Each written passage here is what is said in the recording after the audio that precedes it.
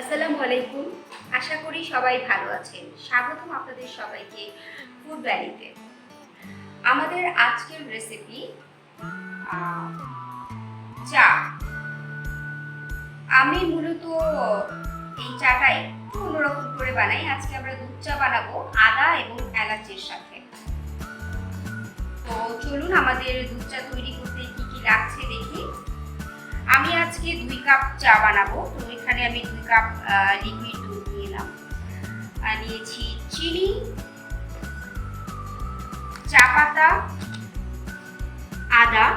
আদাটা খোসা সহ আমি একটু শিলপাটায় ছেঁচে নিয়েছি। এখানে মানে খোসা ফেলা যাবে না এবং এইভাবে একটু থেতো করে নিতে হবে। আর এখানে আমি এলাচ সেম প্রসেসে একটু থেতো করে নিয়েছি, যাতে করে এলাচের ভেতরে যে দানাটা সেটা বের হয়ে আসে। চলুন দেখি আমার দুধ চায়ের রেসিপি।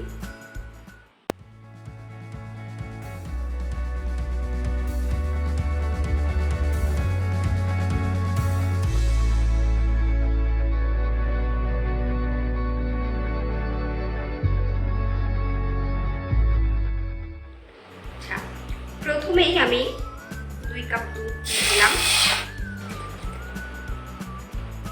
এই চাটা স্পেশাল, তার কারণ হচ্ছে এটা হচ্ছে সর্দি কাশির সময় অনেকেই আমাদের গলা বসে যায়, আমরা ঠিক মতো কথা বলতে পারি না, গলায় কফ জমে যায়। তো তখন এই চাটা খেলে খুব দ্রুত কাজ করে, খুব দ্রুত সর্দি কাশিটা কমে যায়। সেজন্যই চাটা মূলত স্পেশাল। আর আমরা অনেকেই রং চা খাই সর্দিতে, মনে করি যে রং চাটা খেলে দ্রুত ভালো হয়ে যাবো, সেটাও খারাপ না, ভালো। কিন্তু আমি এইভাবে খাই, এর ফলে হয় কি খুব দ্রুত গলা যে বসে যাওয়াটা সেটা দ্রুত ভালো হয়ে যায়। আমার এই স্পেশাল মশলার দুধ চা, এখানে আমি এলাচ দিচ্ছি 4টা, একটু একদম শিলপাটায় ছেঁচে একদম এটার জাল বের করে ফেলছি।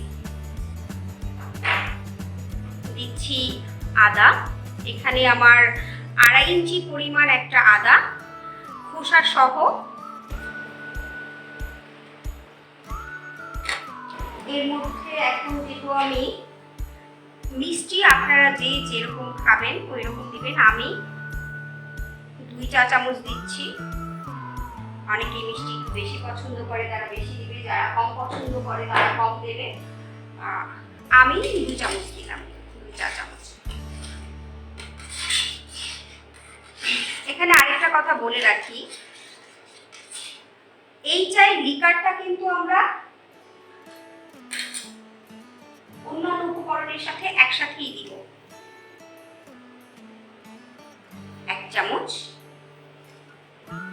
সময় খুব বেশি লাগে না, 5 মিনিটের মধ্যেই আপনার এই চাটা তৈরি হয়ে যাবে। আমরা 5 মিনিট অপেক্ষা করব চাটা তৈরি হওয়ার জন্য।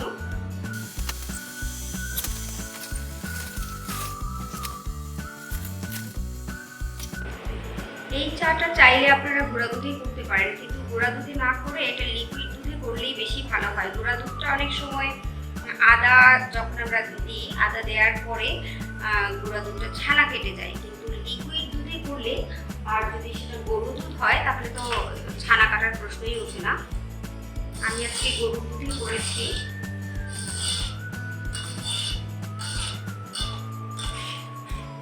ফুল ক্রিম মিল্ক যেটা, সেটা দিয়ে আমি আজকে করেছি। আপনারা পাতুরি দুধে করতে পারেন, কিন্তু পাউডার দুধের চাটা খুব একটা ভালো হয় না, ছানা কেটে যায়, সেজন্য ভালো লাগে না, কিন্তু খুব একটা ভালো লাগে না। ওকে, আমাদের চা তৈরি। চুলাটা অফ করে দিলাম।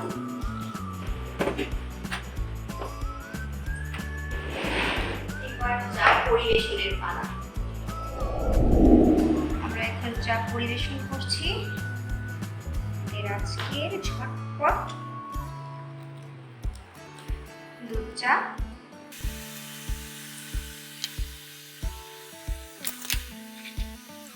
খুব কম সময়ে এই চাটা তৈরি হয়ে যায় এবং এটা খেতে যেমন মজা তেমনি আপনারা বাসায় ট্রাই করে দেখবেন। যদি কখনো মানে আমাদের এটা হয় না যে বর্ষায় বা শীতে হঠাৎ করেই সর্দি লেগে যায়, একটু গলাটা ধরে আসে, কথা বলতে গেলে মনে হয় যে আমার গলা ধরে আসছে।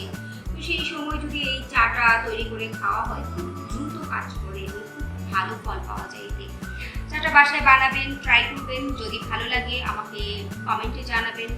আর রেসিপিটি ভালো লাগলে অবশ্যই লাইক, কমেন্ট এবং শেয়ার করবেন, আপনার প্রিয়জনকে দেখার সুযোগ করে দিবেন। আজকের মতো বিদায় নিচ্ছি, আল্লাহ হাফেজ।